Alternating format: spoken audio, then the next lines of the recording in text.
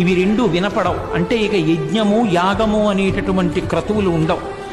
గోవులు విశేషంగా వధింపబడి గోమాంసం తినడం లోకంలో ప్రారంభమైపోతుంది. వివాహ వ్యవస్థ నిలబడదు. తల్లిదండ్రుల్ని చూసే బిడ్డలు ఉండరు. భర్తని గౌరవించే భార్య, భార్యని చూసే భర్త లోకంలో ఉండరు. పురుషుల యొక్క ఆయుర్దాయం 18 సంవత్సరములకే పూర్తయిపోతుంది. స్త్రీలు కేశపాశములను విరబోసుకుని తిరగడమే లోకంలో పెద్ద విశేషమైనటిదిగా అయిపోయి జట వేసుకునేటటువంటి సాంప్రదాయం విచ్ఛిన్నమైపోతుంది.